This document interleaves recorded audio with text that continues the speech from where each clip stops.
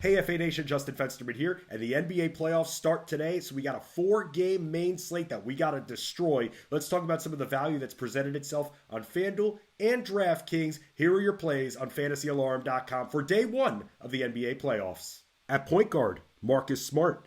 It's a major pace-up spot for the Celtics, and Smart will be needed on the court for a lot of this game to try to neutralize Trae Young and should be in for 30 to 35 minutes. The Hawks will let him shoot with their main focus being on Jason Tatum and Jaylen Brown, and we'll have to see how Brown is impacted after getting stitches in his hand from picking up glass, and that could put the ball in Smart's hands even more. We should see Smart take 10-plus shots, and he's even swiped 1.5 balls per outing this year. Smart dropped no fewer than 5 dimes versus Atlanta in each of his last 3 games he's faced them over the last couple of seasons and pulled down 6 boards in 3 of his last 4 matchups. At shooting guard, Kevin Huerter.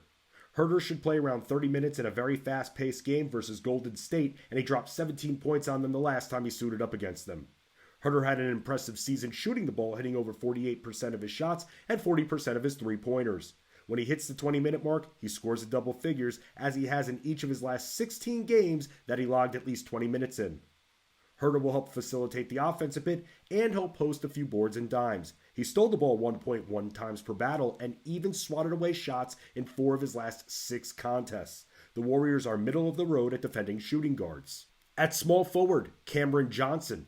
As much as I wanted to plug in Dante DiVincenzo from the Warriors in this spot, Andrew Wiggins being back in the mix scared me off of him because his production ceiling drops. So instead, let's pivot to someone who we know will get shot volume, and the Nets will need Johnson's secondary scoring to come through if they're going to have a prayer in this series.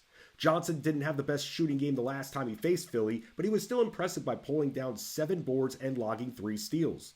Johnson scored over 15 points per game for the year, shooting 47% from the field and over 40% from downtown. To end the season, he hit over 55% of his shots in 5 of his final 6 games and exceeded his 4.4 rebounding average in 5 games during that span. Let's also not forget that he stole the ball 1.2 times per game.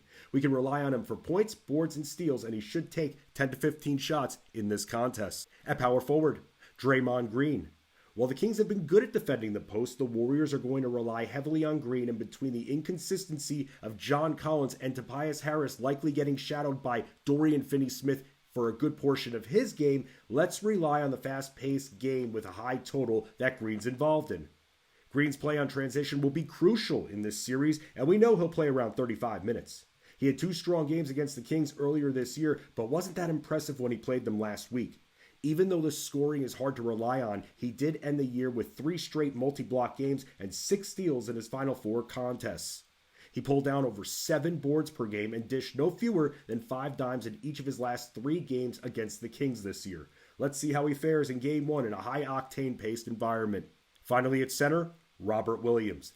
Now that we've hit the playoffs, we should see Williams unleashed a little bit more, and he should play around 30 minutes per game in the postseason, and the Hawks are horrible post defenders. Williams wasn't active in any of the games between the Celtics and the Hawks this season, but he crushed them on the glass in multiple games last year. The Hawks ranked 22nd in the league at defending centers this season, and he should be able to control the paint against Clint Capella, and he's a solid post defender himself. The Time Lord ended the season stealing the ball in 4 straight and blocked 10 shots during that span. He swatted away 1.4 shots and pulled down 8.3 boards per outing for the season. If the Celtics are smart, they'll feed him in the post early and often because that's the area where the Hawks defense is most vulnerable and the pace heavily favors Boston. And that is your DFS NBA value video, FA Nation. Only 4 games to play with, and being that we're in Game 1 of all of these series, let's take the temperature of these matchups and see who can prevail, and this is who we're relying on for DFS NBA today. Good luck!